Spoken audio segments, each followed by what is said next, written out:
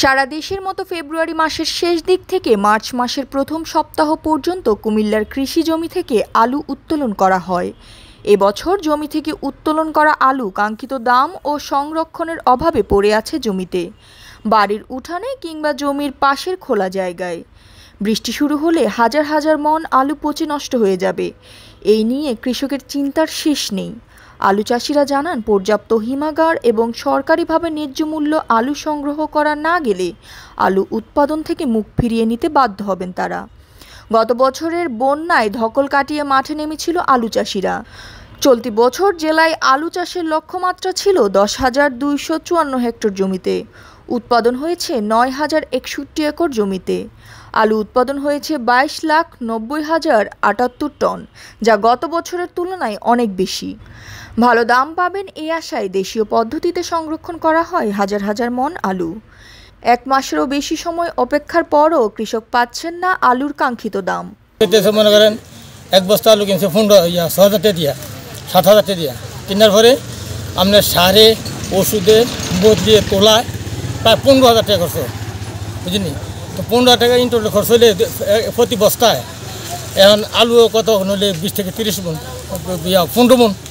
তো যদি 1,000 টাকা আলু বেছে তারপরে গৃহস্থের গাছ শেষ হতো না, কারণ লসের উপরে লস এই বছরের জন্য। তো এই আমি মনে করি এই বছর থেকে এই আলুর ব্যবসা থেকে যদি সরকার যদি কোনো একটা পদক্ষেপ নেয় কৃষকের জন্য, যে করার পরে যদি ন্যায্য মূল্য দাম পায় তাহলে গৃহস্থ থাকতে পারবো, বুঝলি? এই হচ্ছে সমস্যা। মনে করেন যে আমরা এলাকাতে আর এখনও 20-30 হাজার মন আলু আছে, বুঝছেন? রাস্তাঘাটে, বাড়িতে, দোকানপাটে, ঠিক আছে?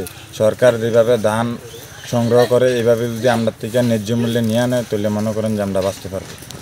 এখন আমরা সরকার সে এডি আবেদন যে আমরা কৃষকে দাঁড় করে বা মনে করেন খাজনা মাজনা আইনা বা কিস্তি আইনা আমরা আলু টালুটো করছি। সরকার যদি ন্যায্য মূল্যে আমরা দেয় আমরা বাঁচতে পারি। এখন তো আমরা আলু বেচার কত ব্যাপারীও নাই। এখন সরকারের যেটা আমরা সহযোগিতা করলে আমরা এই কামনায় করি।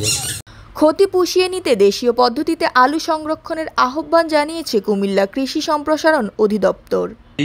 প্রায় 4-5 মাস দেশীয় পদ্ধতিতে আলু সংরক্ষণ করে রাখা যায়। আমরা যদি দেশীয় পদ্ধতিতে আলু সংরক্ষণ করি, এখন উৎপাদন মৌসুমে দাম কম থাকলেও কয়েক মাস পরে কিন্তু আলুর দাম আরও বাড়বে। সেক্ষেত্রে কৃষকরা কম খরচে দেশীয় পদ্ধতি সংরক্ষণ করার মাধ্যমে পরবর্তীতে তাদের আলুর একটা ভালো ন্যায্য মূল্য পাবে বলে আমরা প্রত্যাশা করছি।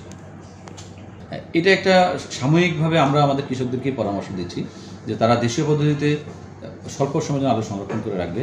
এর বাইরেও যদি আমরা তাদেরকে ওই সাপোর্টটা দিতে পারি সরকারি ব্যবস্থাপনায় অথবা পাবলিক পার্টনারশিপ মাধ্যমে, যদি আমরা কোল্ড স্টোরেজ করতে পারি, তাহলে প্রত্যেক আলু উৎপাদনকারী কৃষক তার উৎপাদিত আলু কোল্ড স্টোরেজে জমা রাখবে অথবা সরকারি ব্যবস্থাপনায় কোল্ড স্টোরেজে জমা রাখা হবে এবং পরবর্তী বছর মৌসুমে বিভিন্ন সময় আলুটাকে তারা মাঠে খোলা বাজারে নিয়ে আসবে।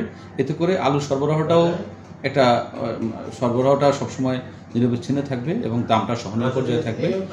ভোক্তা, কৃষক এবং আলু সংরক্ষণকারী কোল্ড স্টোরেজ মালিক সবাই এর দ্বারা উপকৃত হবে এবং জাতীয় উপকৃত হবে।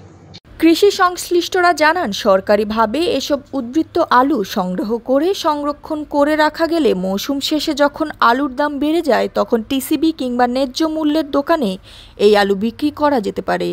এতে কৃষক যেমন ক্ষতি থেকে বাঁচবে, তেমনি সংকটে ভোক্তারা কম দামে আলু পাবেন। আর জ্যোতি, দৃষ্টি 24।